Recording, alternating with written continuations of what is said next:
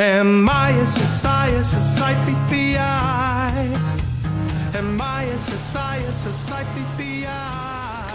afternoon. My name is Dallas Eggers, and I'm coming to a place where I used to work quite a bit. I would go through here sometimes as many as 10 times a week on a towboat.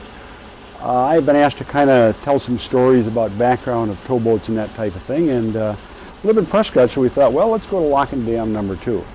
And fortune smiled at us here. We've got a boat coming in right now, pushing barges in. This is called a spike barge. It sits all by itself out front. Pilots normally don't like that because you can run into things with it because it doesn't have a square corner. The deckhands are sitting back 200 feet with the ropes. Well, the locks and dams have been with us for 70 some years and have provided one of the best transportation systems in the world. Prescott has been one of the preeminent river towns of the upper Mississippi for literally over a century. Prescott was located at the confluence of the St. Croix and the Mississippi precisely because of its access to water transportation, and was one of the gateways to the settling of the upper Midwest. There's a story that says that Prescott almost ended up St. Paul. Thank goodness we didn't. Down the river, board the houseboat of hope, follow the blood through the homeless heart. Follow the river to the sea.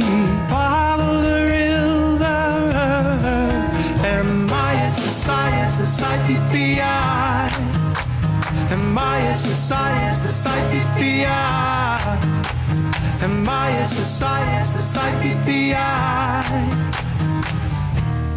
Drift between the great white bluffs, slide beside large beaver lodges, in and out of the lily pad lagoons, and follow the river to the sea. Follow the river, and my society's the CPI. And my society's the CPI.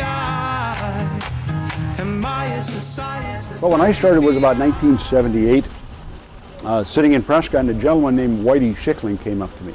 And Whitey Schickling is from the Schickling family in Prescott, and there were either 5 or 6 brothers who were all river pilots. One of my best friends, Captain Dick, passed away this last winter in his 90s. He taught me how to catch minnows and how to play on the Mississippi River.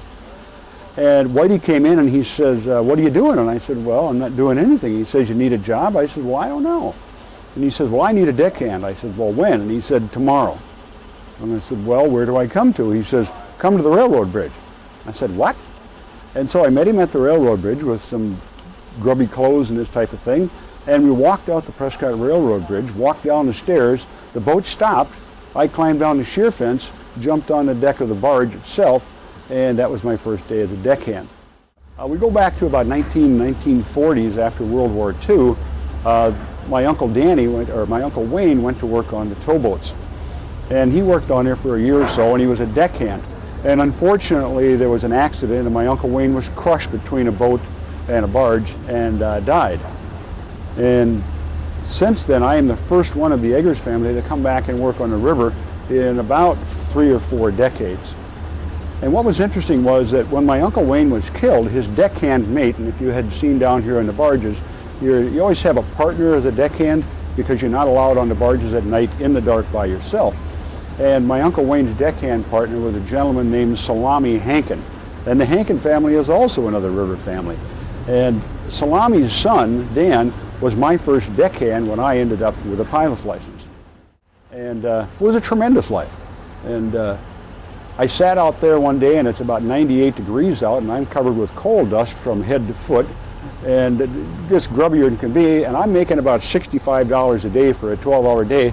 And the guy up in the pilot house is working in air-conditioned comfort, and it's beautiful. When the chrome is all polished, it's air-conditioned, and I'm sweating, and he's making about $200 a day. And at that point, I decided that I wanted his job. We all went up on the 23rd of December, and all 5 of us took our test. Now, a Coast Guard test isn't like being in high school, where if you ride around on a desk long enough, eventually you're going to graduate. A Coast Guard test is very specific. It comes in 4 parts. And you had to get 95% correct on the first part before they would let you go to the second part. If you blew it, you had to wait a month. If you came back and tried again and failed, you had to wait 6 months. If you blew it again, you had to wait a year. And so to get a Coast Guard pilot's license out here isn't just like falling off a log. It requires studying, knowledge, and expertise. On the 23rd of December, all 5 of us passed our pilot's license test.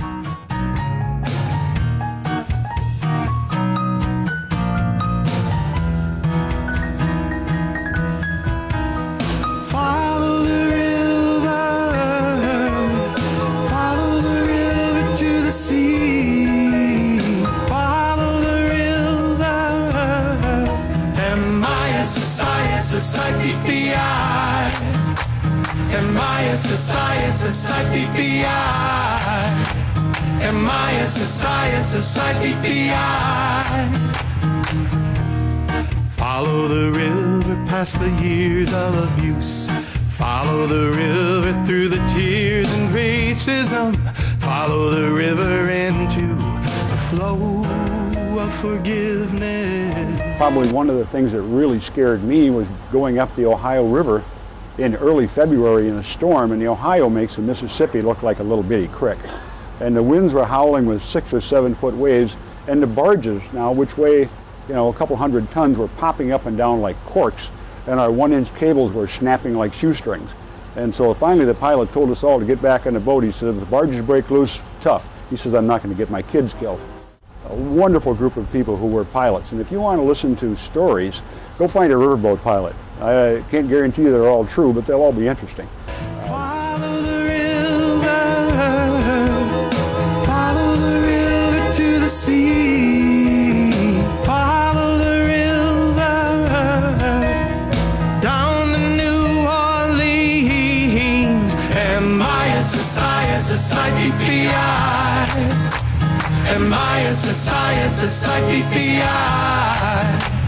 M-I-S-S-I-S-S-I-P-P-I. M-I-S-S-I-S-S-I-P-P-I.